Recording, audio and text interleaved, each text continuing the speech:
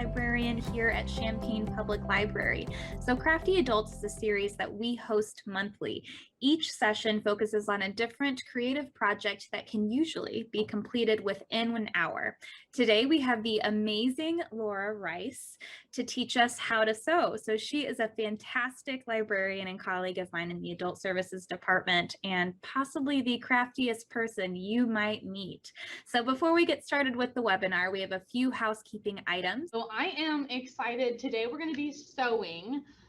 We're just going to hop right into our project. As you can see behind me, I've got my workstation set out here. So I'm going to transition here to my workstation. And give me just a second to get my microphone plugged in here. All right. Are you guys able to hear me? You are crystal clear. Okay, wonderful. So welcome everybody to our hand sewing class. I wanted to kind of come up with a project that would translate for people who have maybe a little knowledge of sewing and for those who have absolutely no knowledge of hand sewing. So if you have a kit from the library, I'm going to go over some of the supplies that you should have in your kit. If you are joining us and you don't have a kit from the library, you can gather things that are similar to this. But I do want to go over some of the basic supplies that you should have as we get started. All right, so you should have a selection of pins as well as a tapestry needle. So we are using a tapestry needle today, and a tapestry needle is similar to a regular needle, except that the eye, I'm gonna try to practice focusing this camera a little bit differently this evening. So the eye of the needle is larger than in a regular needle. So I'm gonna grab a regular needle here. And you're hardly even going to be able to see the eye of the needle. It's right up top here. Let me see if I can get it a little closer. Anyway, so we're going to be using yarn this evening to sew rather than what you might be thinking, which is just a basic spool of thread. And there's a couple different reasons for that. It's going to be really hard to show on camera. The thread, it's, as you can see, you're already losing it here when it comes off the spool. So we're going to be using tapestry yarn to work on our project this evening. Now, if you're working from home and you've gathered your own supplies, don't worry if you're using a needle and thread, like a regular spool of thread, you're going to be able to do the project no problem. This is just a little bit easier for folks to use if you're just starting out, because you're going to actually be able to see your stitches. So tapestry yarn is one of the other things that you'll need. Straight pins, so you all should have a variety of different straight pins. If you don't have them, it's not going to be essential to our project this evening, but it will be helpful. So other thing you should have, if you have a kit, you will have 4 randomly selected squares of fabric. Now these squares of fabric are about 10 by 10 inches. Some are a little smaller, some are a little bit bigger. And we are going to join these together to make a nice little patch or a coaster. Will be our project for this evening. So you want to have a stack of fabric. Other things you want to have, a button. So I've got this gigantic button that I'm going to be demonstrating with this evening. Also some rickrack. If you've got a kit, you've got some of this inside, or some ribbon. Now I've got a couple pieces of kind of like thicker ribbon here. And I think everyone has some of this too. Now this is piping, and all that piping is a piece of fabric folded in half, and inside it has a cord. And it creates this kind of 3-dimensional raised edge. Piping is really fun to use in sewing projects. Let's see here, scissors. You need some scissors. I have fabric scissors. You do not have to have fabric scissors, but I will recommend that you make sure the scissors you have are pretty sharp. Cutting fabric is a lot different than cutting paper, so the sharpness of your scissors really matters. Let's see. Optional if you have an iron. It's best when you're sewing to make sure you iron your fabric flat so that you get a nice clean edge and you can really see how the fabric is going to lay. If you're sewing and you have some wrinkles, it will show in your final project. So I recommend ironing your fabric. I have an iron behind me and I'm going to go ahead and actually turn it on so that I can get this fabric ironed. And how's everybody doing out there? I would love if you could reply in the chat if you are a first-time sewer or if you're coming to brush up.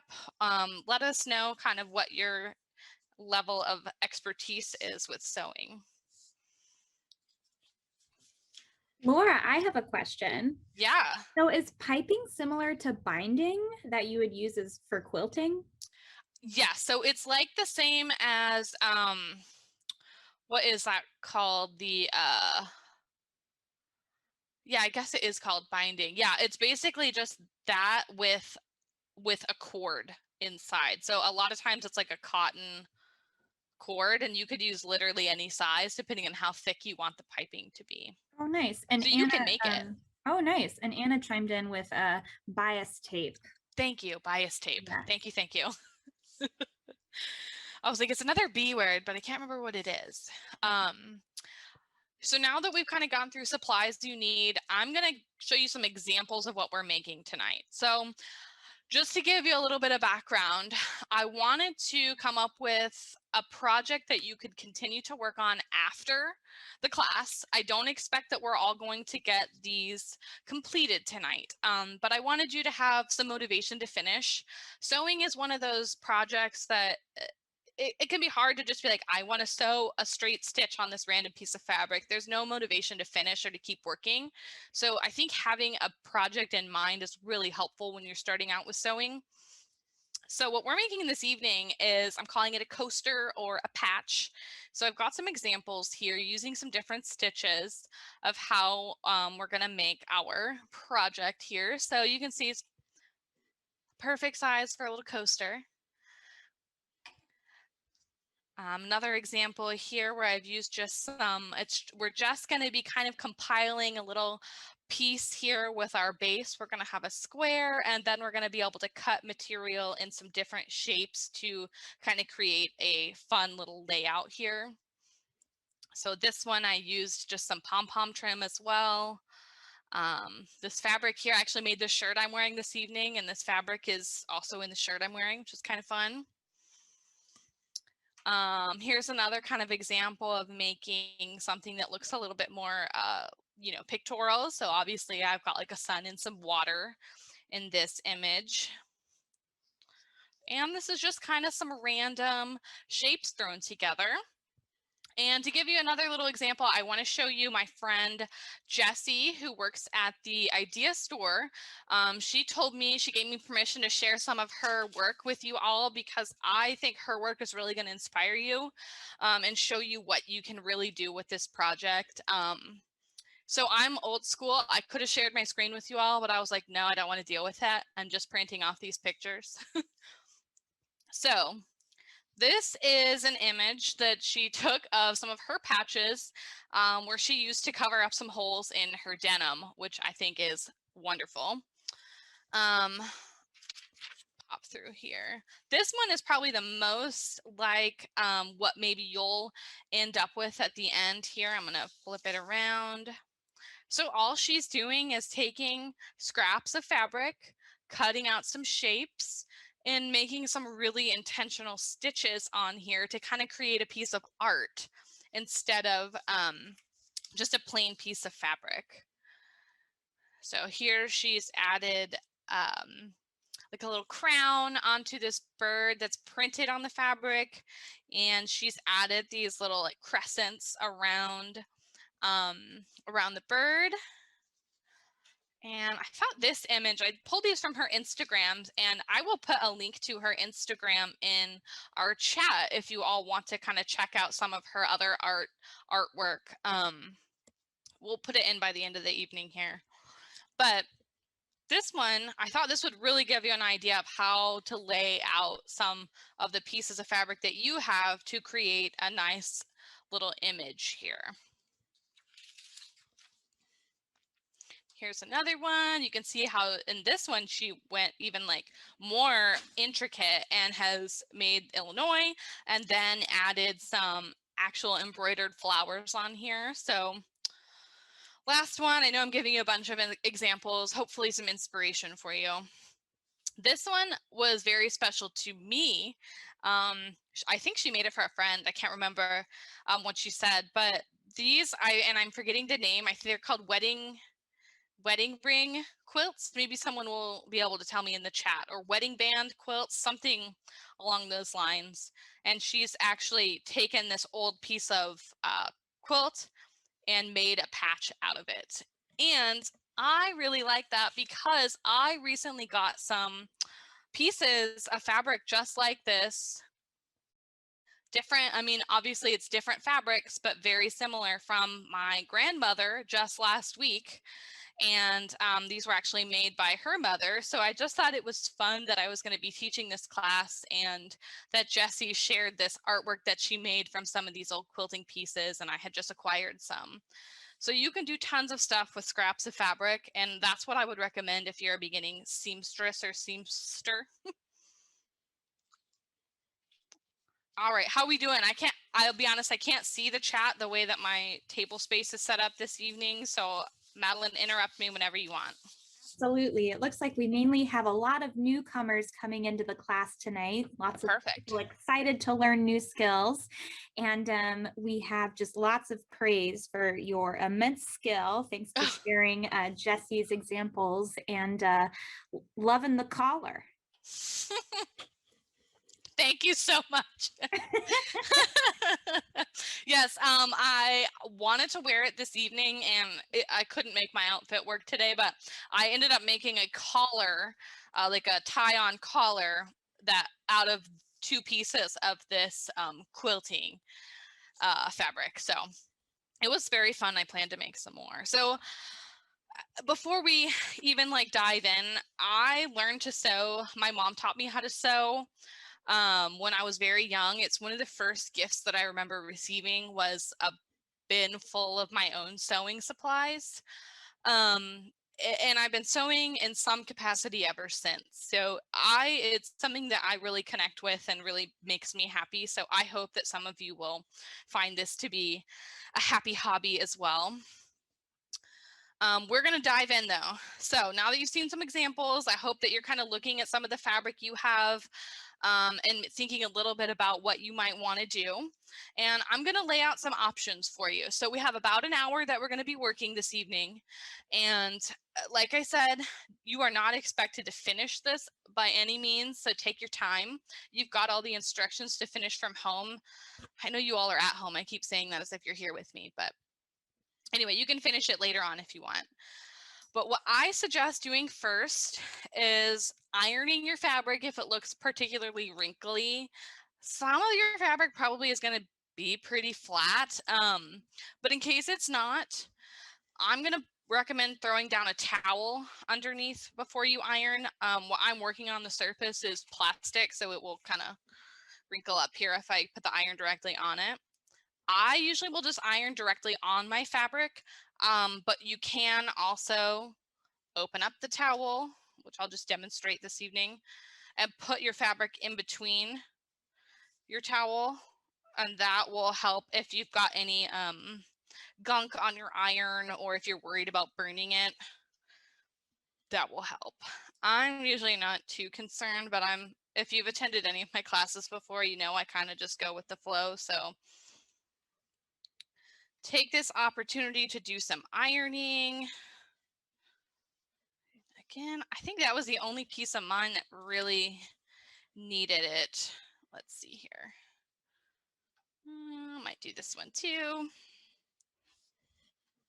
And I hate saying it because I like to skip as many steps as possible. But ironing is not a step that I recommend skipping. It makes your life so much easier if you just take the extra few minutes and make it happen. Sometimes you can even skip pinning if you've ironed really well. So if I want to skip a step, it's pinning over ironing, most definitely. All right. So looks pretty flat, looks pretty good. I'm gonna throw out here too, Madeline, let me know if the focus starts to get a little bit funky with this. I am testing auto-focusing since we're working with such a small subject matter. So if it starts to get blurry, just tell me. Will do. Okay. Okay, so first thing we're gonna do, I'm just gonna give you a little bit of an outline of how the class is gonna be working here. Now that we've got our fabric ironed, what I wanna show you is how to do a couple different types of stitches. Now in your outline, you have an idea of when you might use those stitches. I'm not a professional sewer by any means. These are just things that work for me and things that I've learned throughout the years. So what we're going to start with is called a running stitch. And when you're thinking about sewing, that is probably the first thing that will maybe come to mind. A running stitch is just that, it's running. So it's going, this is the front, you can see in this example, and this is the back. It looks exactly the same. You're just going over one piece of fabric, punching in, going under, and then kind of just doing a wave. And that'll make more sense once you start. We're also going to be learning how to do a blanket stitch. I think a blanket stitch is kind of fun. It looks a lot more impressive than it actually is to stitch. That I think you might enjoy using in your piece somewhere.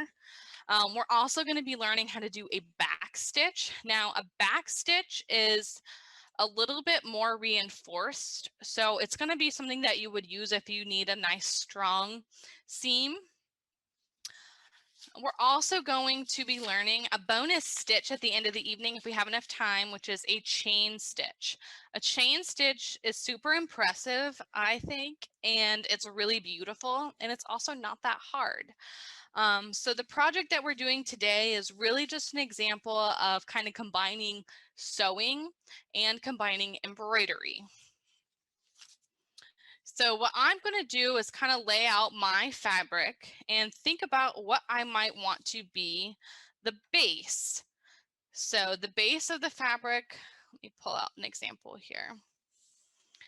So in this particular piece, the yellow is my base.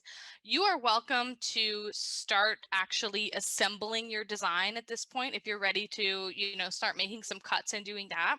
You're also more than welcome to pick a piece that you don't want to use in your design and just practice doing some of the stitching along with me before actually stitching onto your piece.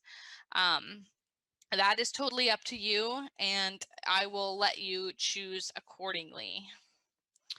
So I'm going to start just assembling my fabric here. I think I want to use just this plain green that I have. Woo, that's kind of a weird look. There we go. I want to use kind of a plain fabric as my background. So that's where I'm going to start.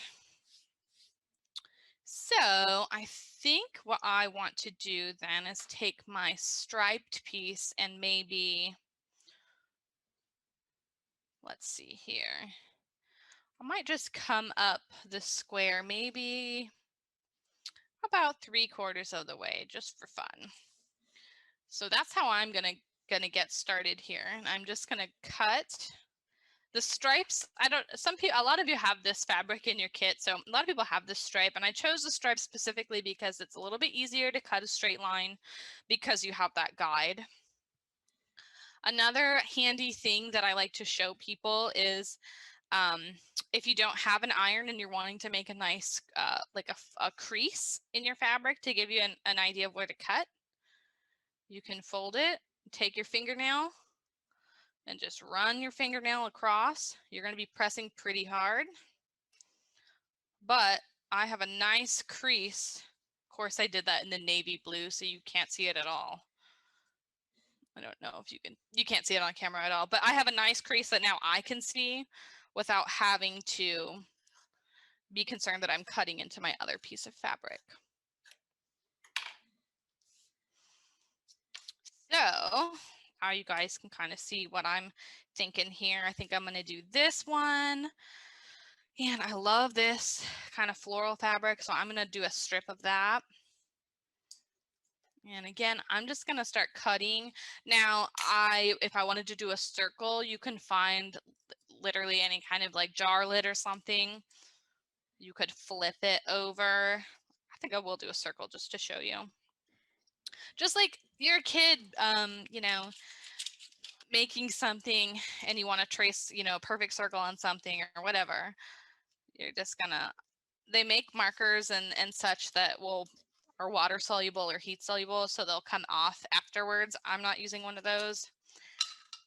I'm just using a pen. Is it going to be harder to sew circles than it would straight lines? You know, I would say yes and no.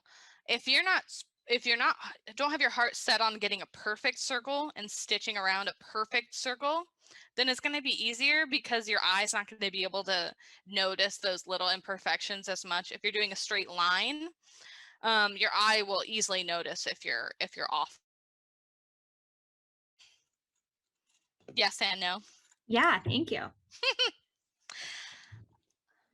I would recommend for folks starting out that which I do appreciate that question, because I think when you're first starting out doing our first running stitch, I would recommend that you do a straight line or try to do a straight line just to get an idea.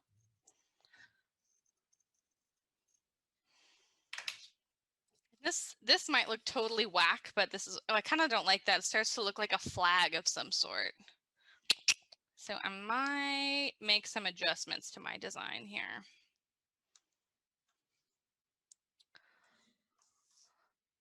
Not sure. See, now I'm kind of rethinking what I'm doing here. I like these two together. So if you attended the collage class, this kind of similar, it's almost like collaging in a way. And it's a similar concept where you kind of just add things and take them away, add, take away, figure out what works for you. For me, I think I'm just going to do one other like stripe here just so I can start demonstrating a couple things to you, especially if you are waiting to start your design until after you do some practice stitching.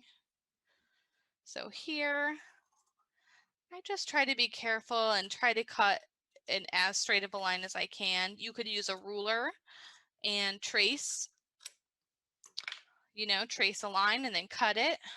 That would work just fine as well. So here's what I'm doing, just a little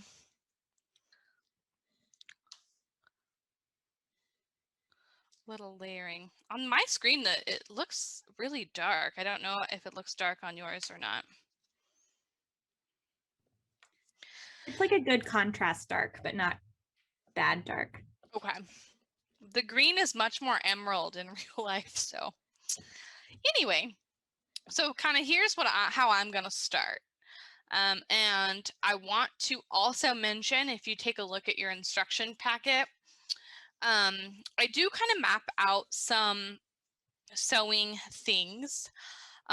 We are going to leave what's called a seam allowance. So we're going to use about 1/2 inch on all sides of our design that will actually end up being folded behind. And that'll make more sense once we start working. When you're sewing, what you're wanting to do is be aware of where your raw edge is. So your raw edge is anywhere that you haven't sewn, so that the raw edge of the fabric is out. So when you're sewing, you want to, let me give you an example here with this one that you can see. So here's the raw edge of this example, and I have folded it over so that now when you look at it from the front, it looks nice and pretty and it's not fraying and you don't have these kind of uneven cuts. So when you're sewing, we typically refer to the front as the right side and the back as the wrong side. So you want to be mindful of that when you're stitching. You want to keep all your knots and all the kind of ugly stuff on the back on the wrong side. And you want the right side to be the front and to be the pretty side. You want that to be the your design side. So to get started, you are going to grab your tapestry needle. Again, if you have a kit, your needle should be to the side of your pins. And what we're going to do today is I have included in your kits tapestry yarn. So the reason I chose tapestry yarn is because it already is not that long. So it's already pre-cut. It's not like you're working from a ball of yarn.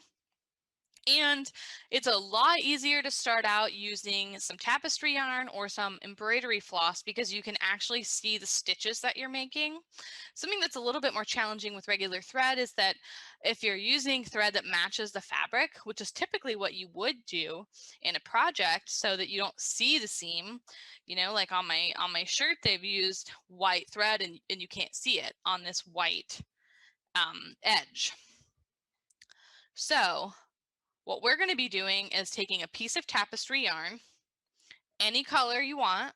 If you want it to be hidden, choose a color that's close to what you're working on. If you want it to be vibrant and you want to see it, choose something that contrasts with what you're working on. I recommend everybody choose contrasting colors since it will be easier to see, but if you want to choose something that matches, that is totally fine.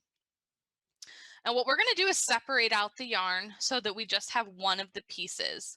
All of these yarns have 2 or 3 pieces of yarn kind of wrapped together. We want to just pull one out. So it's pretty simple to pull out. Just kind of separate out like this. It might get tight and it might be a little bit stuck. Just kind of straighten it out and keep moving so you get one of these strands. And let me know if you have any questions with that step. I know it seems counterintuitive to like rip apart the yarn, but it will look better.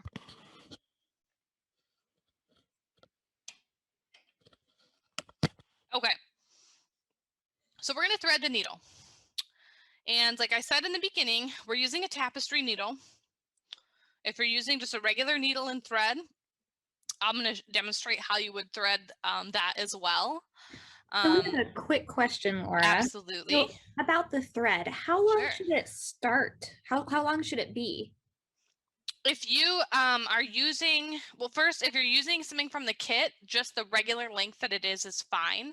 If you're using something that you have, I always say about an arm's length is what you want to use. So you can't see me doing this because the camera angle, but when I'm measuring out an arm's length, I'm going to hold the end with my fingers and just outstretch my arm until I get to about my neck. And that's about as long of thread as you want to use. Thank you. Yeah. You can use longer, but I find even though it's kind of annoying to continue to thread your needle, the longer your thread is, the more likely it is that you will get it in knots while you're sewing. So the shorter it is, the more likely you are not to get it all knotted up, and it just makes it a little bit easier overall, even though it seems like you're doing more work. And trust me, I will tell you from example, like, no. I've gotten my thread in so many knots before. Okay, so we're going to go ahead and thread our needle. I'm going to preface this by saying this is how I would thread the needle if you are using yarn or using a thicker thread. If you're using a spool of thread, I will go ahead and demonstrate that afterwards because it is slightly different. Now there is an example in your packet of both ways of how to thread the needle. So what I normally do is kind of take the edge of my yarn or my thread, and I'll usually kind of fold it in half a little, like fold it a little bit just so I don't have this kind of crazy looking edge here. Threading a needle can be a little bit tedious and a little bit frustrating. So again, I'm going to test doing a little bit of focusing here and see if I can get it a little bit more clear. It's okay. While you're threading, I'm going to share a comment. So Please. Deborah shared that you can use beeswax on the thread to prevent knots. That is wonderful. I did not know that. I love, see, and that's something that I love about having this class is so many of you are actually very crafty people as well. And so we can share a little bit of knowledge throughout the workshop. So please don't hesitate to chime in with stuff like that. I love to hear it. Okay, so we're going to thread. So what you're going to do, it's about as clear as I can get it, I think, is we're going to take the edge here, this little folded bit, and we are going to push it through the eye of the needle. This can be a little challenging. It can be a little frustrating. So take your time, and you can see it's barely coming through. Barely coming through. So what I will normally do is just pull it through like that. Again, it's easier said than done. If you get frustrated trying to thread your needle, don't worry about it. We've all been there, and you'll be there again, and you're going to overcome it. I know that with some sewing kits, they do include small needle threaders. So if it's a really big issue, that might be something to look into. Yes, definitely. And there's definitely some tricks you can use. If you're really having some difficulty, you can also, I'll just give another example here. You can, where'd my scissors go? I have another pair. You can just trim the edge so you get a pretty clean edge, and then try putting it through the eye that way. You can see that was actually pretty simple. Sometimes the thread will separate and it gets everywhere and it's kind of frustrating. So that's going to be how you thread it through the eye of the needle. And then I'm going to do it again. It's kind of hard to demonstrate because you really are, I mean, it's such a small, fine motor skill. So for tonight, if you're using yarn or you're using embroidery floss, this is how I recommend that we start. You're going to pull the thread through maybe a few inches here, probably more like 5 or 6 inches. And then we're just going to come all the way down just with this one strand to the end. And we're going to tie an overhand knot. An overhand knot is pretty easy as far as knots go. You're going to make a loop just like this, almost like a little lasso. And then we're going to pull the tail through the loop. We're going to pull the tail through the loop, and then you're going to pull tight. And you got your knot. Again, you're going to make a little lasso, little circle. Then you're going to tuck the tail in and pull it through the loop, just like that. Do we have a question come through? I feel like I might have seen one. We have a funny joke that I'll share. Okay, yay. There's no I in needle. We're talking about EYE. Yes. So how's everybody feeling with threading the needle and with their knot? I will demonstrate with thread in case any of you are working with just regular thread out there, but I do want to make sure everyone feels good with how they've got their needle threaded with the yarn for now. So let us know if you're good or if you have questions. And I'm going to take a quick break so I can have some water.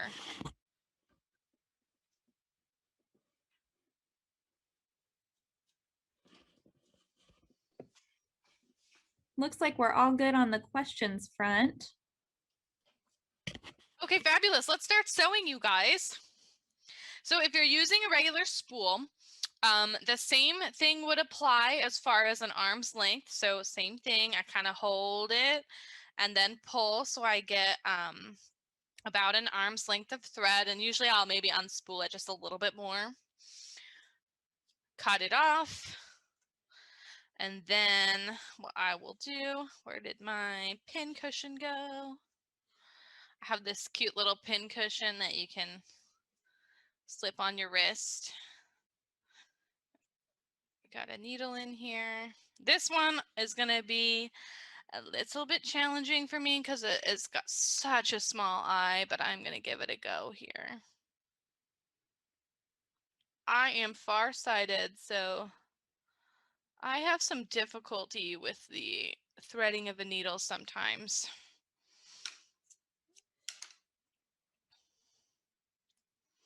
Oh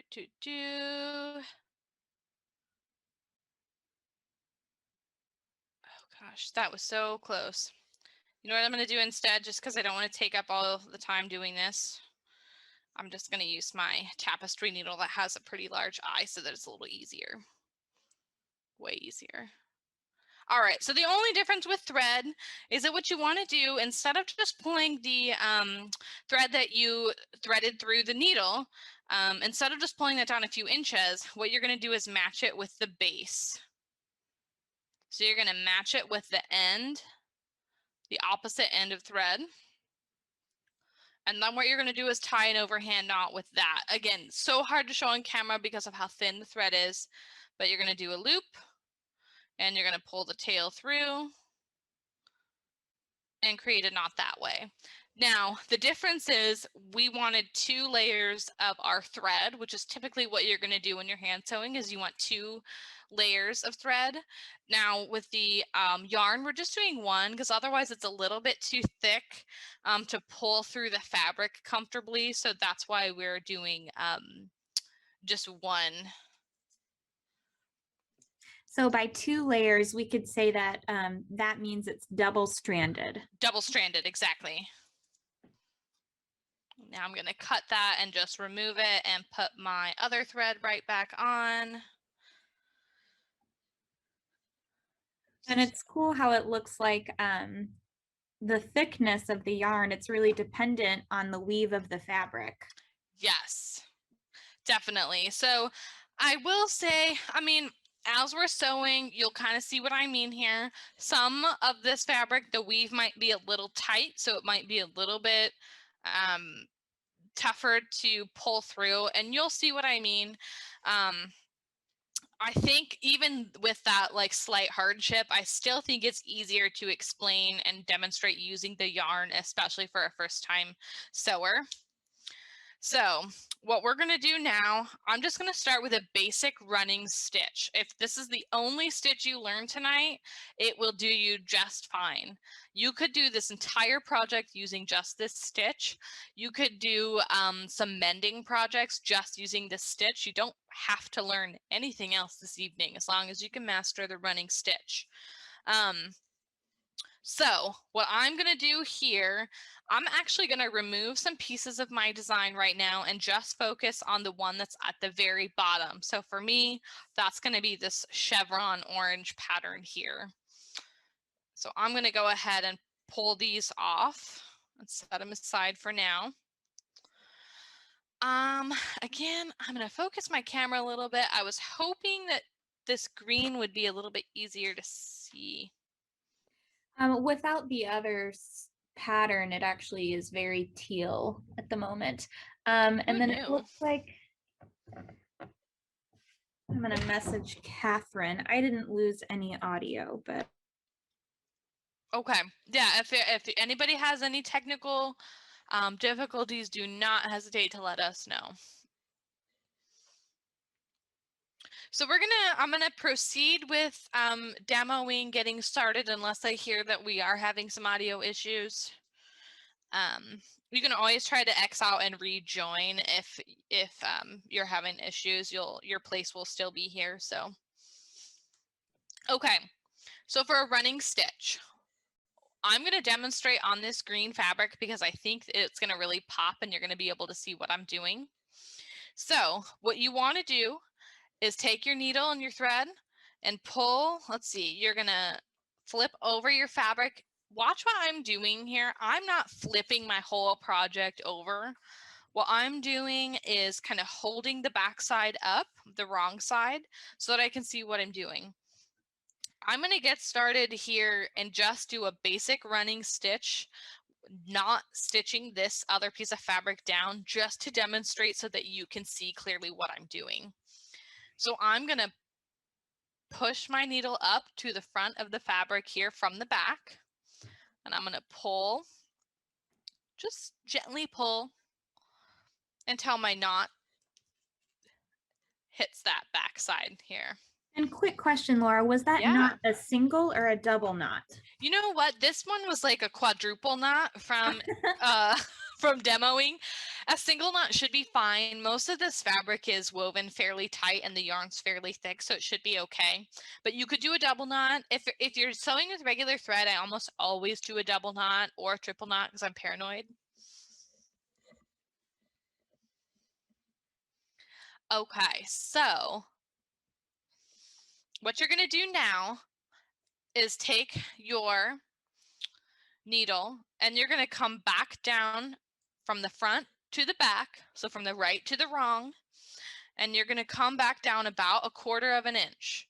You could make very large stitches if you'd like. That's kind of up to you, but I say 1/4 of an inch is about what you want. So you can see now I'm going to push my needle back down and pull it through again. Just kind of gently pull it down. And you can see here, which I was hoping would happen. When I pull it tight, my fabric starts to pucker. And now my stitches disappeared and my fabric is kind of, there we go. My fabric is all wrinkled. You don't want to pull that tight. You want to then grab your fabric and pull the fabric tight so that your stitch kind of loosens up a little bit.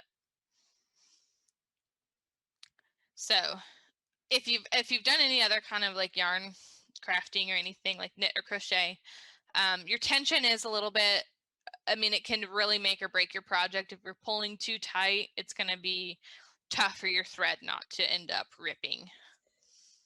So then what you're going to do from the back side, let's look at the back. We're going to do the same thing. We're going to go about 1/4 of an inch up and we're going to push our needle through to the front and pull it up. Just like that. Again, it's like you're pulling and then you're flattening out again. And now I've got a stitch on the back side. And you're just going to keep doing that. If you're doing a straight line, just try to keep it as straight as possible. I suggest doing this just a few times to get an idea, and then I'm going to show you a little cheat that you can do. But you're going to pull through. Again, kind of undo a little bit. There we go. And then come through the back to the front and pull tight. Again, not too tight. If it's too tight, just tug on your fabric to kind of flatten it out again. Go about 1/4 of an inch to even 1/2 inch if you want a bigger stitch. And pull through. And you can see we're starting to get a little bit of a line here. So something you might be thinking is like, okay, it seems weird that you have to keep flipping your fabric up and down when you're not really going to see the back. And that's where I'm going to show you a little cheat. Once your needle is up at the front, at the right side of your fabric. So here we go. My needle's up here. What you're going to do, it's easier for me to reposition it this way. So what you're going to do is go down about 1/4 of an inch. And then you can kind of see, you can kind of feel with your hand where your needle's at. Then you can bring it up just like that without flipping. You could go down and then you could come back up, almost like you're gathering these little puckers right on your needle. Down and then come back up. It takes a little practice to be able to get it in a decent straight line. I am not a perfectionist when it comes to making things really, so I don't mind if my line is a little off because I saved some time here making the stitch this way. But you're going to pull through My needle almost came unthreaded there. And as you can see, now I've made 3 stitches in the time, it would have taken me normally just to do 1 stitch. So that's a nice little time saver if you're wanting to stitch quickly. So again, you're going to come down, up, 1/4 of an inch, go down, 1/4 of an inch, come up, 1/4 of an inch, go down, 1/4 of an inch, come up. And then just pull tight. If you pull too tight, let me show you what happens here.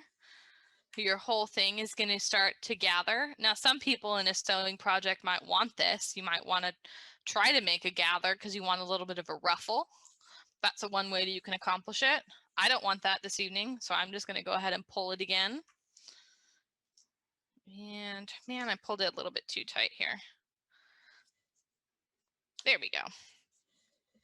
So let's say I'm done. Let's say this is the only stitch I'm doing, and I'm done. I'm going to come back down to the bottom. And again, you don't need to do this. You can just follow along and watch me do this. You don't need to actually finish out your stitch now. If you're still working, go for it. Come to the back, and I'm going to show you how to tie a knot. So I've got a couple different options. You could just do an overhand knot again. So for that, I would make another loop. Whoops, make a loop, and then pull my needle right through the loop, and then pull tight. You can already see a knot forming here. The catch is you want it to be right up close to that base of that fabric right there. So what I do is kind of grab the knot with my finger and then pull tight. And I'll demonstrate that again here. Make a loop, pull your needle through that loop until you kind of see a little bit of a knot forming. As you can see, I'm just guiding it. I'm guiding that knot right where I want it. Put your finger on top and pull. Another way you can make a knot is to actually slip through your last stitch, and I'll show you that method. Again, this is outlined in your instructions too, so if you miss it, that's okay. You can, this is the back side here. I'm going to slip my needle through my last stitch here. And this is how I would do it if you were using just regular thread. So we're kind of making another loop. And then what you're going to do is same thing. Pull the needle through the loop and pull tight. And that is another way to make a knot. Again, you're going through the last stitch. You're going to make a loop.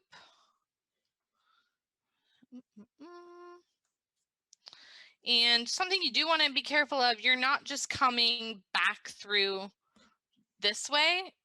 You want to come around and come through that loop again. So hopefully that makes sense. You want to go make a loop around the loop. You're not just coming straight through the loop. Make a loop around the loop. It sounds insane. Okay, but now I'm knotted and I'm secure. So I'm just gonna snip my thread about 1/2 inch. And that's good. I might have pulled a little bit too tight on mine. You can see it is kind of puckering a little bit. Now, if my iron was hot, I would probably just iron over this again real quick just to get it as flat as I can. I'm not going to be too concerned with that. But I just want to show you front and back look about the same. So now we're going to do a back stitch. So I want to show you a back stitch. Again, if you aren't ready to do a back stitch, that is totally fine. You can just watch me, or you can just work on a scrap piece of fabric to do the back stitch. So I'm going to thread my needle. A back stitch is something that you might do if you need to reinforce a seam that gets a lot of wear.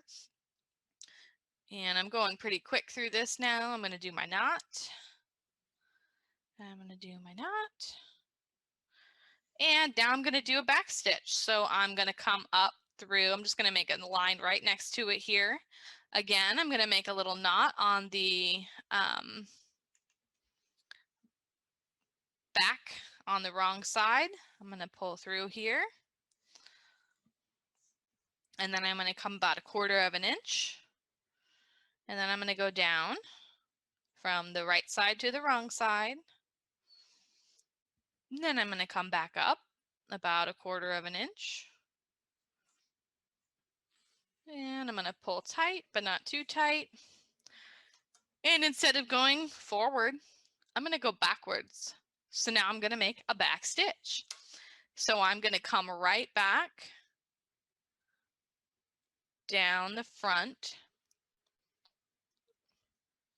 of this stitch here. Now, it looks like a nice fluid straight line. So I'm going to come up from the back side. So you can see here from the back side, about 1/4 of an inch from the top of the last stitch. I'm going to pull tight, but not too tight. And then I'm going to go right back down to the base of the first one. And now again, I've got a nice straight line. I'm going to pull up my instructions just to show you because it's very easy, or it's much easier. I wouldn't say very easy, but much easier to understand if you can kind of use the alphabet with this. So stitch A, stitch B, stitch C. If you get confused, refer back to this, and this will kind of help you understand where your needle is coming up each time. So again, I'm on the wrong side now, and I want to come up about 1/4 of an inch. Like that. Pull tight, but not too tight. And you're going to come right back down at the top of your last stitch, just like that, right through the same hole. And that's going to give you a nice straight, I mean, if you can see, you got to practice. My line's not super straight, but it looks okay. I could get it straightened out here if I kept working. I'm going to do it one more time. So from the back, you're going to come up about 1/4 of an inch. I'm starting to start to veer right is what it looks like I'm doing here. And you're going to put your needle right back down into the top of the first stitch. You see that here, or top of your last stitch, sorry. And then you're just going to pull. So I want you, if you've done a back stitch with me, and if you don't, whenever you get it completed, I want you to try this with me. So if you pull on your straight stitch or your running stitch, there's a little give. If you pull on either side of a back stitch, there is not as much give. So this is a stronger stitch because you're actually stitching more. And it's going to be something that I would recommend using if you need to mend something, or you want something that's going to be have some heavy traffic on it. A back stitch is a nice stitch to use because it's not going to move around as much and have as much, like, not elasticity, but kind of. Depending on your thread, they can be a little stretchy. Okay, how's everybody feeling so far with our first 2 stitches? It's actually taken a little longer than I anticipated. I can't believe it's almost 8 o'clock.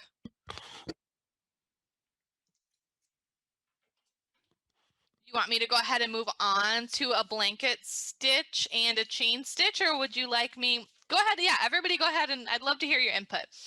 Would you like me to go ahead and demo how to do the blanket stitch and then the chain stitch, or would you like me to go ahead and walk you through kind of assembling your project? Again, you're probably going to assemble your project without me on your own time, so just let me know which one you'd prefer. It looks like we have 2 who would like to learn how to do the stitches. So Okay. Yes to blanket, then stitch. Okay. Thank you both for letting us know here. Okay, so what we're going to do now is a blanket stitch. So I'm just gonna knot this one real quick, and I want to look around my fabric here. I might demonstrate using a different fabric. I think I'm going to demonstrate using this because I might focus a little better. For the blanket stitch, I'm going to use a thicker piece of yarn just to demonstrate. I think it'll be a little easier for you to see. Now, a blanket stitch is one I've done, whoops, on this piece here. So what I like to use it for sometimes, it works really nice for felt. So if you're doing a felt project for, I don't know what, but a blanket stitch looks so nice on a piece of felt. And felt is wonderful to use if you are a beginning sewer because it doesn't fray like regular fabric will. So what we're going to do is make a stitch that has this nice little edging. And I will be honest with you, I have to look at the instructions when I'm doing this because I will confuse myself with a blanket stitch. I can do it like if I don't have to talk you through what I'm doing, but if I have to talk you through it, I start to get all confused. And story of my life is that I lose my needles because you see here I have a pin cushion on my wrist where I should have just placed my needle, and instead I threw it on the table. It's a very bad habit. Okay, so a tapestry needle is wonderful because the eye is larger, so you can use thicker fibers. So I'm just gonna pull all 3 strands through the eye of this needle here. Oh my, we're knotting up here. Let's try that again. If you are not ready to practice a blanket stitch with me, that's cool. You can just keep working on whatever you're working on. We are recording this webinar, so if you would like to go back and watch, that's cool too. We'll post it on our YouTube channel and you will get an email whenever we get that going. I've been trying to get them up at least by the following week, but some weeks it happens, some weeks it doesn't. Okay, I'm just going to use 2 strands because that's all I could get, and I don't want to waste all your time trying to thread my needle here. While you're threading, we have someone who can definitely relate with you.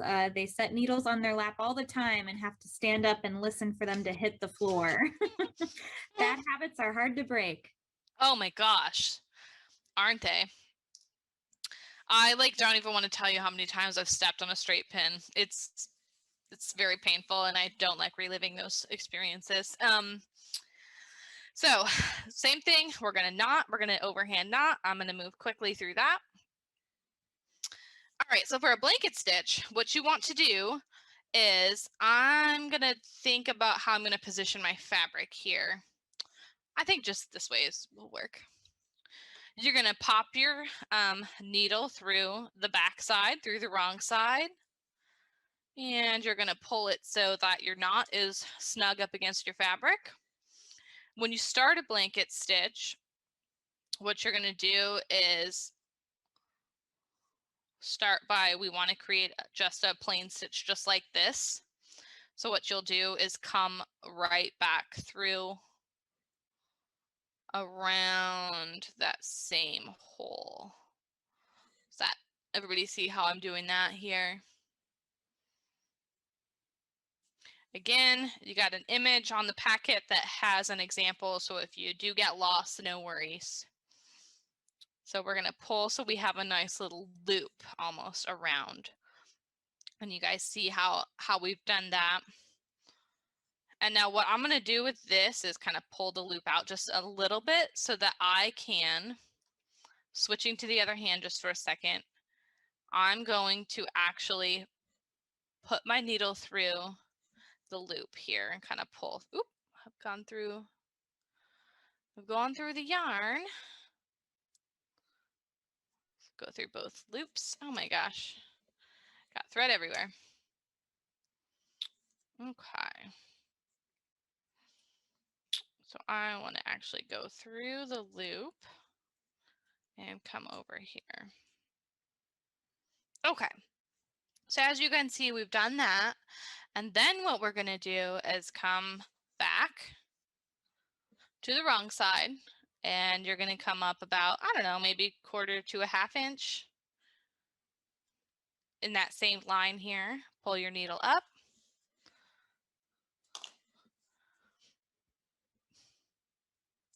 Okay, we're getting a little loop. Now, right before we get to the loop, you're going to put your needle through the loop like this, and you're going to pull tight. Now, the first one always looks a little funky. You kind of have to mess with it a little bit. But that's all you're going to do through the entire process. You're going to put your needle on the back side, and you're going to pull it through. And before you pull it tight, what you do is you just stick your needle through the loop. So it looks a lot more impressive than it really is. You're going to pull tight. Does it Again, matter? Oh, go ahead. does it matter which way you thread the needle through that loop when you pull it through? Because You want, so if you're, I'm stitching from left to right for this piece.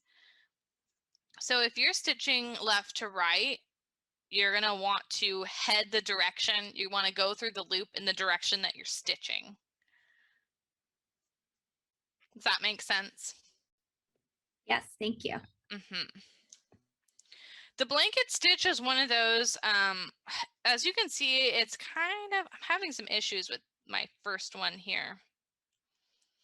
Just I think it's actually because of the yarn. I think I need to pull it a little tighter. This works really well for edging. There we go. That's starting to look a little bit better. You see that here, how I've kind of folded the fabric down. So again, we're going, oops, where are we at?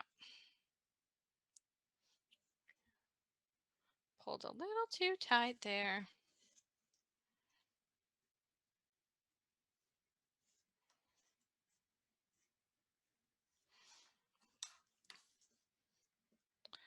Okay, so now I'm coming up for my loop. And I'm gonna go, if you're stitching from right to, or from left to right, you're gonna go from into the loop from the left side, and you're gonna pull through. And you're starting to get a nice little, I messed up something here. Give me just a second. I'm gonna show you this. If you need to undo because you messed up a stitch, it's pretty easy. You are going to, I think I was talking and doing this at the same time, and I got myself all turned around. You're going to take the yarn off your needle or the thread, and I'm going to just kind of reverse what I've just done. So I'm going to pull my last stitch out.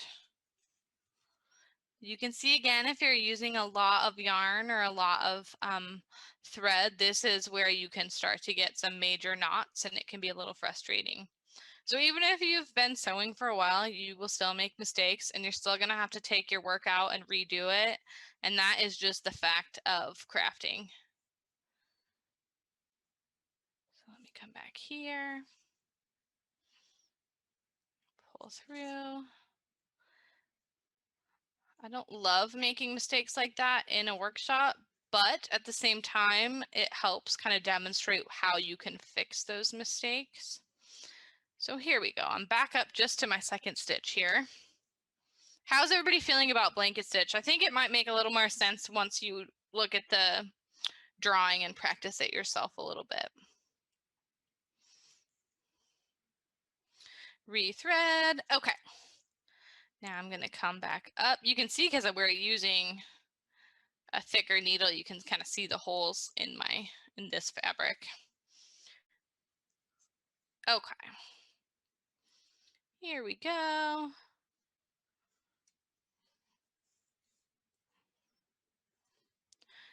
Again, can be a little tough to get your tension right with the blanket stitch and just with sewing in general. So be patient, give yourself a little, just a little grace when it comes to getting started on something if you haven't ever done it before. Again, we're going through the loop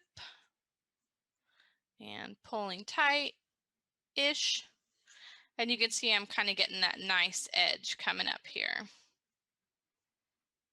Oop, sort of going through the wrong side. You want to come up from the back.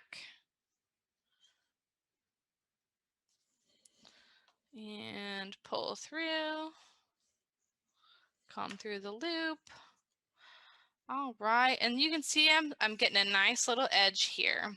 So I used the blanket stitch on this example just for fun, kind of as I joined these two pieces of fabric together. It's not perfect, of course, but it gives you a little bit of an idea of how you could also incorporate that stitch not on the edge, but just on the edge of another piece of fabric. Okay. I'm going to demonstrate the chain stitch now. To finish off a blanket stitch, I would recommend just doing popping through your last stitch with a loop, just like this. Getting a nice little loop ready, coming in through the back, just like you did with the other stitch, and pull tight. Now you got a nice little knot. Okay. I'm going to show you a chain stitch. Chain stitch is more of like an embroidery stitch. You're probably not really going to use it with mending anything, but you might use it for beautifying something. I really like the chain stitch. But for that one, let's see. I think I'm going to come back to, yeah, that looks okay. This to demo the chain stitch. So what you will do, again, wrong side, just come up wherever you want it. So I'm going to do this here. Ooh, that weaves a little tighter. So I'm going to pull through here. Again, wrong side to right side. I needed to get a drink of water here. Anybody have any questions right now? We did have a question that was over the back stitch, and I think it'd be good to maybe grab the instructions, but for those back stitch instructions, after going up at D, do you go down on C? Let me take a look. Okay, when you say that again.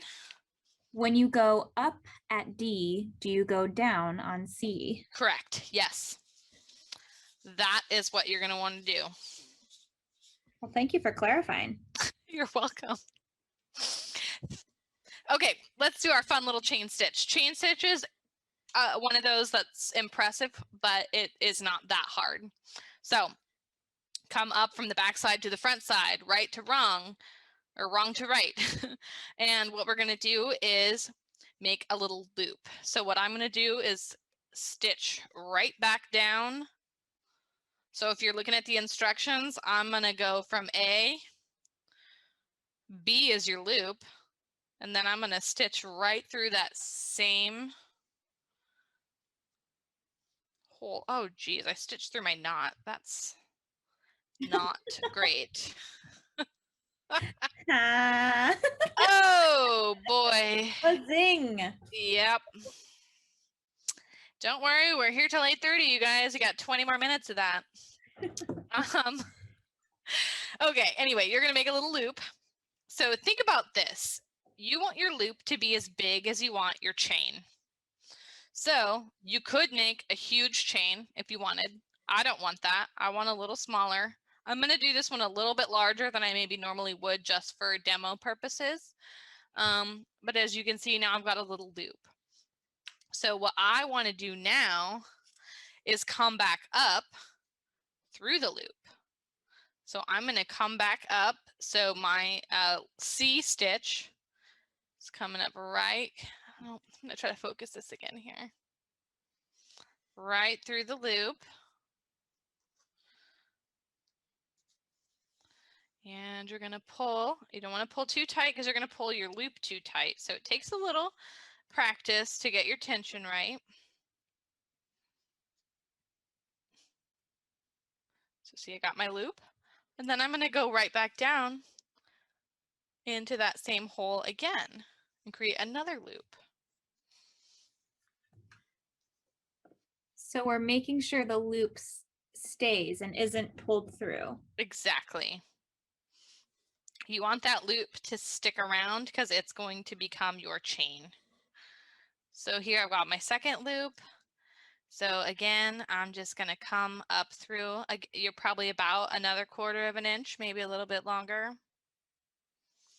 And then I'm going to come through the loop. Is that easier to see? I don't know. Pull through, not too tight. And then I'm going to come right back down into that same spot, that same stitch to make a chain. So you can see once you get going, it's going to look real nice. And I will pull out an example here to show you where I used the chain stitch. I'd love to hear, are you all actually working on your patch or coaster, or are you just doing what I'm doing here, which is kind of just practicing on some fabric? We're getting around to that point about 8:15, so maybe in about 10 minutes we can share screens at the end if you all have a project you'd like to share. If you don't, that's totally cool, but go ahead and let us know in the chat if you're working on just some practice or if you're working on the actual coaster project. And you can let us know right now if you'd like to share your project, just so we get an idea of how many people are interested. So it looks like we have Rita who's practicing on fabric. Okay. And then Rita shared that theirs is going to be way too big for a coaster. Maybe like it could be a coaster for a Stein or something excessively large, a bowl coaster. Who doesn't need a good bowl coaster these days? Am I right? Another thing I want you to remember is, sorry to reach over like this, but I know I'm like a huge Jessie fan, so I hope she sees this later and really understands, but I printed off pictures from her Instagram. That's how famous she is. But I love this idea of using it to patch some denim. I think it's great. You could make it a decorative patch. You could fix one of the questions that we got asked, and I do want to address some of the questions that people asked when they registered. One of the questions was fixing ripped denim. Ripped denim, I recommend just patching it. And so as you can see, what she did is use the blanket stitch to sew her patch onto her denim. It looks marvelous. I don't know if she did this functionally or for beautification purposes. To me, it looks like a little bit of both. But she has also, I learned about this from her, a hashtag if you want to look on Instagram or YouTube or anything, called visible mending. So it's about mending garments so that you can see it. It is a way to showcase that you can reuse, you can repurpose. You don't have to throw something away because it has a hole in it.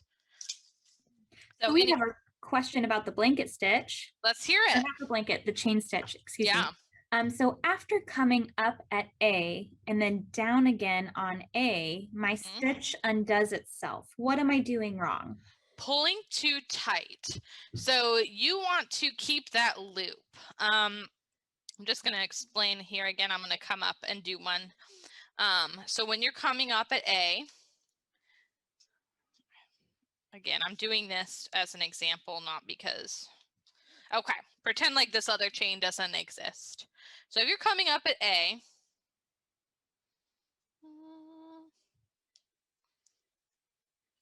and then coming back down at A, again, right? So you're pulling back through. I'm going to demonstrate probably what is happening.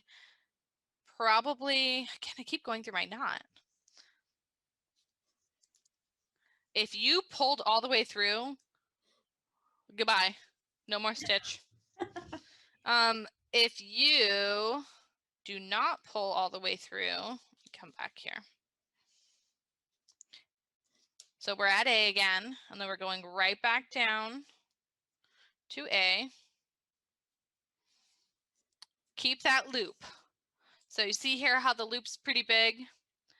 Might be helpful just to stick your finger and pull the loop tight around your finger, especially as a practice, just so you can kind of see. You want to keep that.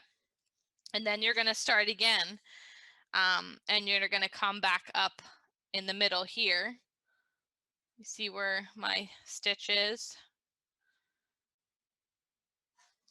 Pull up again, pull. I say pull tight, but not too tight. Once you get your first chain, you can pull fairly tight. And as you can see, it's going to hold the loop now. Now my loop's not going anywhere. I have a stitch to hold it down. All I can see is my cat is way too interested, and I understand completely. Yes, so using the finger was very helpful. And yeah, we had someone else comment that their cat is way too interested in the yarn. So they're just very appreciative that we're going to be posting the recording for future reference. Good. I have cats, so I very much understand. I call them my studio assistants, and usually they are not helpful at all. They're a real handful. So that's how to fix your chain stitch so it doesn't disappear on you. Makes total sense that happened, just because it's almost like it's counterintuitive to come back through a stitch you just stitched. And I'm gonna undo these here. For to finish off a chain stitch, all you would end up doing, let me get this undone here. And never be ashamed of having to undo sewing. I was actually working on a sewing project this morning, and on a machine, but still I had to take the whole thing apart twice. The right and wrong side can really cause you issues if you. So here's a question someone had earlier. Does two wrong sides make a right? You all are wonderful. I would say that's up to your interpretation. I don't want to tell you. Wait, that's up to yarn interpretation? That's pretty bad. I think Madeline and I have really had a day by our puns. Okay, let me show you. I just accidentally took out another chain link. I didn't mean to, but anyway, we're just gonna roll with it. If you wanted to finish up your chain, all you would do, which is pretty cool, is come up like you were gonna make another one. Okay, and then we're just gonna do one running stitch to kind of tack it down. So all I'm gonna do here is just come right back through. I'm gonna pull it through the back. And that has tacked my chain down. I know this doesn't look very impressive since it's just the two stitches, but then you could come flip it around and do just a regular old overhand knot. Holding down with your finger is super helpful if you're trying to. I had a lot of troubles when I first started getting the knot really close to the fabric. I couldn't figure out how to do it. And one knot should be good, and I'm just going to cut my tail and call that a beautiful chain stitch. You can see here I did a chain stitch on the edge of this fabric here just to add some interest. Again, running stitch and back stitch are what you'll probably use more for mending purposes. If you were wanting to join two pieces of fabric together to make what's called a seam, so anything you're sewing here is called a seam,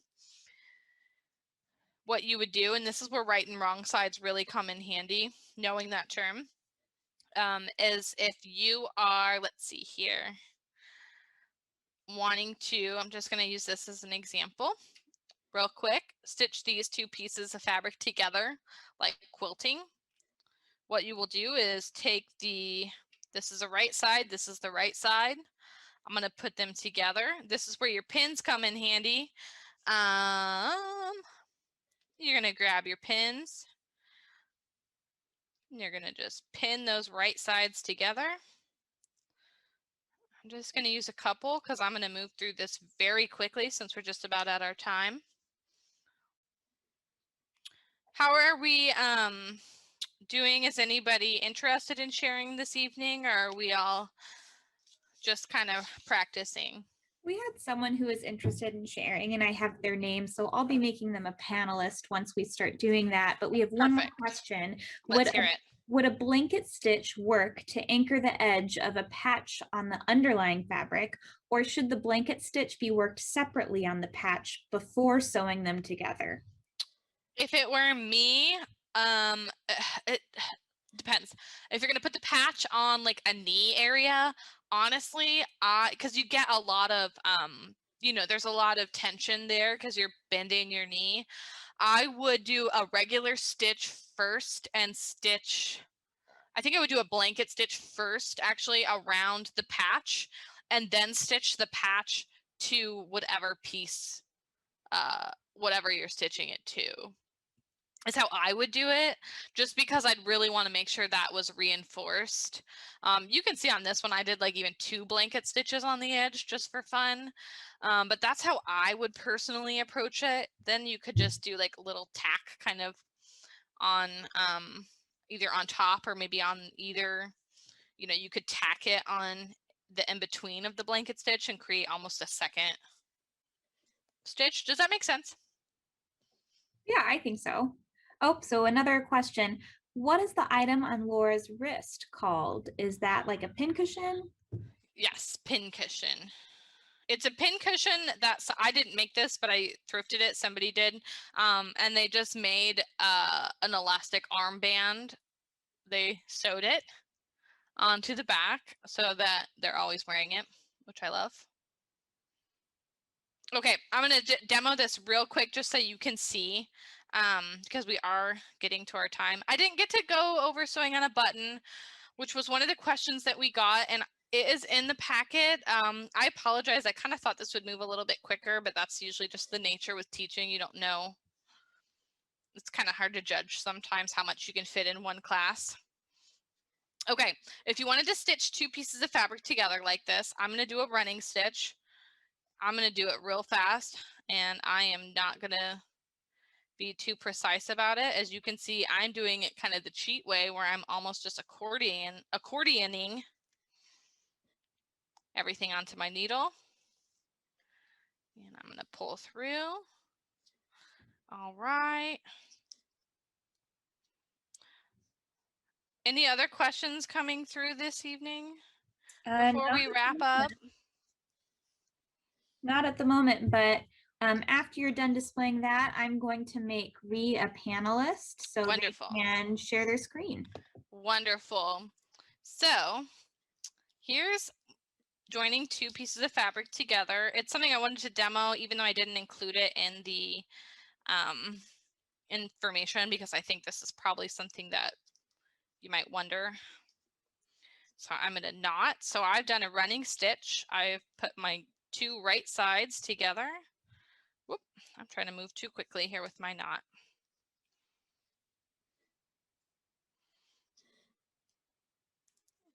Okay. And now you can see when I open it,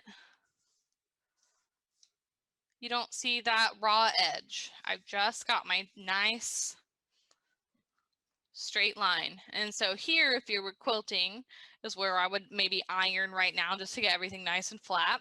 So in these pieces, that's what they've done is, so that's what she did, was stitch these pieces of fabric together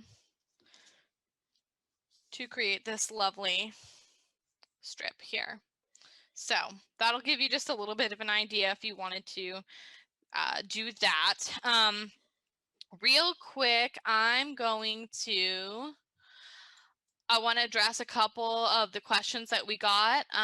If someone wanted to know how to repair a sock. If you're talking just a hole in a sock, I would just use the running stitch to you want to gather all the fabric and just continue to do a running stitch over and over to kind of pull all the fabric together until you get a nice, until you close it up. I don't know if that makes sense, but a running stitch is what I would use. You can practice and get a little bit of an idea. Someone else asked how to sew patches on denim. That we kind of covered. Another question we got was how to repair damaged knitted or like crochet fabric. For that, I'm going to suggest that you reach out to Brigitte Pika at Close Knit. We had her for our knit crochet class, and she is an absolute master. So I'm going to recommend, let me get her link to her website and just throw it in the chat here. I would recommend contacting her to set up a time to come in. She would be your expert. There's too many variables to really explain the best way to do that one. I will say we recently got a lot of, or at least within the past couple months, a lot of really cool mending books in. And I'm also a big fan of visible mending. I think it's a very awesome trend. So check out what resources we have in the catalog. Please, yes, I'm so glad you mentioned that. The other question that we got was how to sew on a button, and I have that in the instructions, so I'm just going to call that good enough. If I have time, what I will do is film a quick little how to sew on a button and tack it on to this video when it's posted on YouTube. I'll go ahead and just plan on doing that so you can see me actually do that, even though we didn't get to it this evening. And I think that's it. That's all the questions that we had posed before the class. So I hope this was fun for you guys. I'd love to, since I know maybe a lot of you didn't actually create a complete project, I'd love if you do to share it on our Instagram or share it with us on Instagram or Facebook. I'd love to be able to see what project you ended up making, or if you do any visible mending of your own. Again, it's just like a very basic sewing class. Sewing is, I mean, I'm still learning, and I've been doing this since I was like, I don't know, maybe 10 years old. So it takes practice, and it's something that you can pretty much always find new cool tools or concepts to further your sewing skills. So anywho, I'm gonna pop back over here. Does anybody have any other questions before I'm gonna come back and get rid of my workstation here? Ooh, Ree's joining. Yeah, so Let's Reed, I see. just turned on your video, so why don't you show us what you have? So you're still muted. You're welcome to stay muted if you would like. Here, I'm gonna make this the highlight. Very nice. Already has the pin at the buttons on as well. I absolutely love that. That's fantastic, Ree. It's not actually done. It's just pinned together. I still think it's fantastic though. Yeah, so what Ree showed too is a great example of her design is all pinned to her base fabric so that she can set it down, she can move it around a bit, and she doesn't have to worry about the design falling apart or anything. So that's the intent with the straight pins, is that you're able to pin something down, test it out, see if you like it before you actually stitch it. I think I'm spotlit now, so no one else, I don't know if everyone else can see, but Ree attended our preserved leaf mobile class that we did. Yes. I was wondering. Everyone, look at that masterpiece. That's awesome. I love it. We did preserved leaf mobiles in October? September? I can't remember. I don't know. What is time? I think it could have been 3 years ago. I don't know. I think it was September. Okay. That's so cool. Thank you for sharing that. I think some of you might have been in our Leaf Mobile class, so look at Rhea as some inspiration there. Let's see here. Just looking through the chat since I haven't been able to see anything. And Would anyone else like to be made a panelist and share their screen? No pressure. Let us know. Anybody have any last minute questions to ask either myself or Madeline about sewing or crafty adults or library related anything? We're happy to answer your questions. Take another drink here. I do so much talking when I do these that I come home and I'm just like, whew. Thank you for coming, Rita. Thanks for coming, Barbara. Maureen, thank you.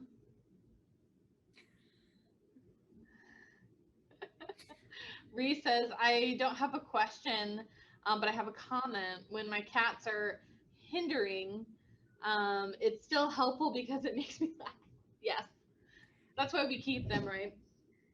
I will say cats, I think, are much better crafters than dogs.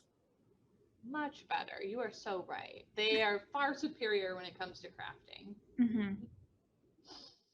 Okay, well, wonderful. Thank you all for attending. I hope this kind of helped you get a little bit of an idea of how to start sewing, hand sewing that is, and hopefully you'll join the visible mending train.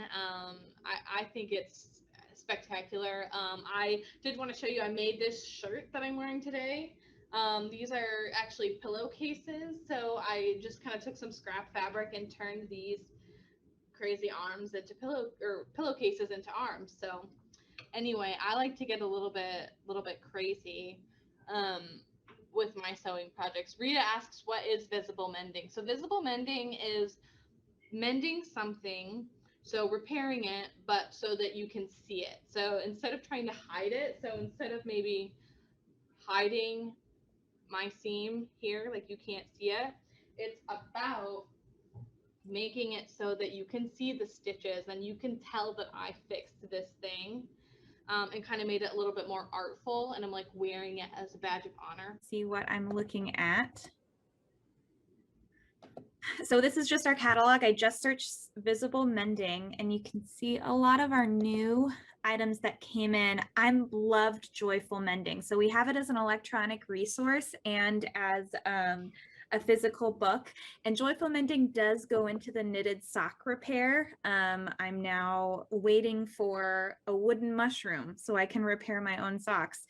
Mending matters, specifically denim, but it's just a really great movement that focuses on sustainability. It helps you become more aware of what exactly the impact of the fashion industry has on our environment.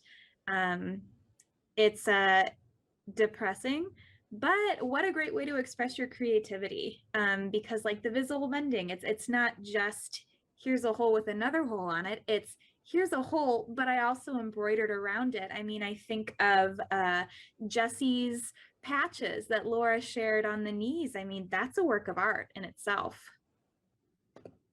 Definitely. Yes. Thank you so much for sharing that, Madeline.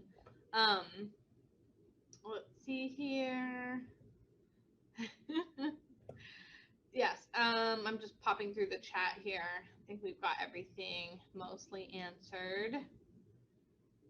Cool. Yeah, if you ever have any questions, like if you have sewing questions after, you've been working for a little bit, you can, feel free to reach out to the library.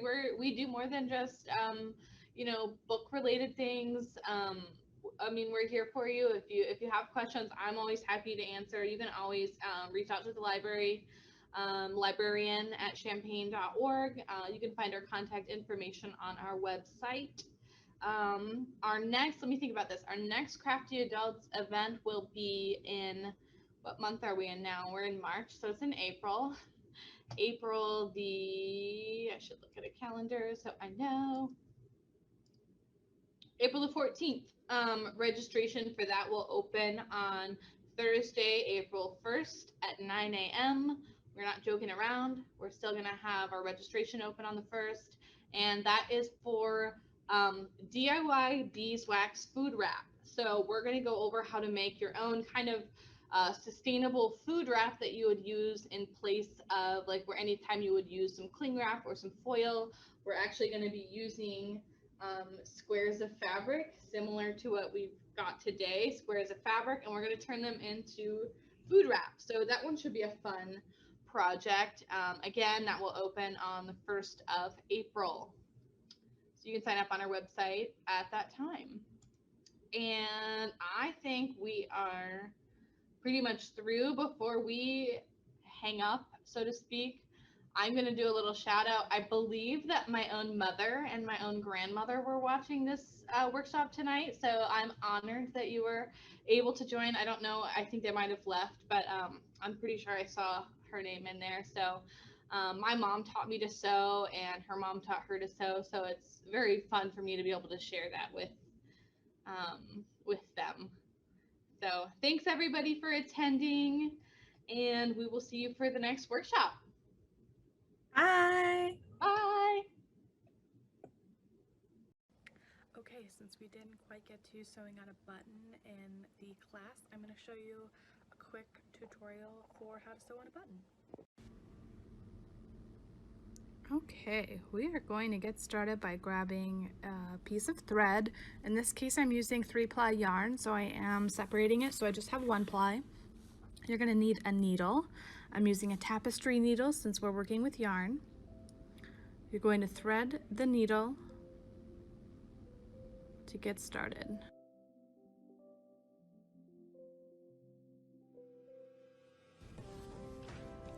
The only other thing you need to complete this project will be a needle and thread, a button, and some fabric. And to start, you're going to tie an overhand knot towards the end of your thread. I usually tie it twice just to make sure the knot is big enough and it won't slip through the fabric. Since I know that I want my button to be placed right here, I'm going to start by pulling the needle and thread through the wrong side, which is the back of the fabric, and then slipping it through one of the holes in the button. In this tutorial, the button only has 2 holes, so all I have to do is slip the needle through the other buttonhole and back to the wrong side of the fabric, and then repeat.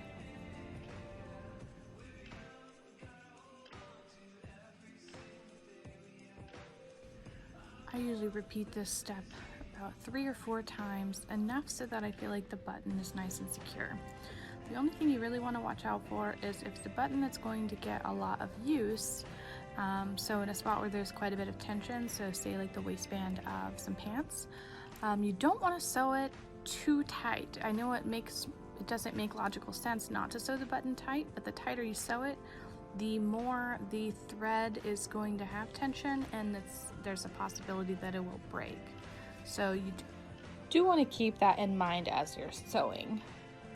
At this point, you're going to go ahead and tie a knot to secure the stitches in the button. I tied just a regular double knot. You could do an overhand knot or slip your needle through the last stitch and tie a knot that way.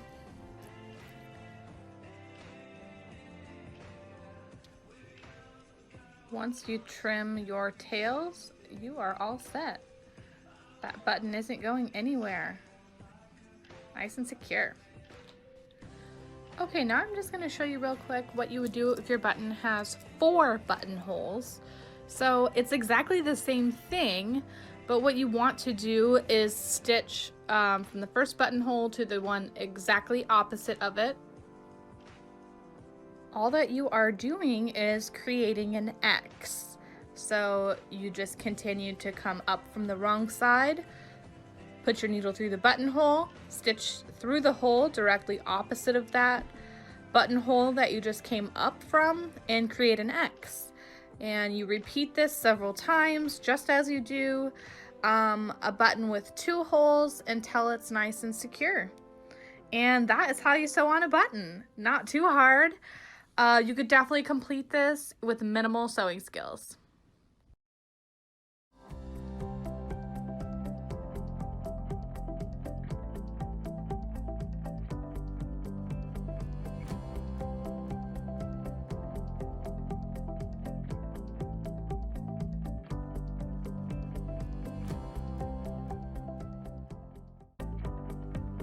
thank you for tuning into CUI's TV.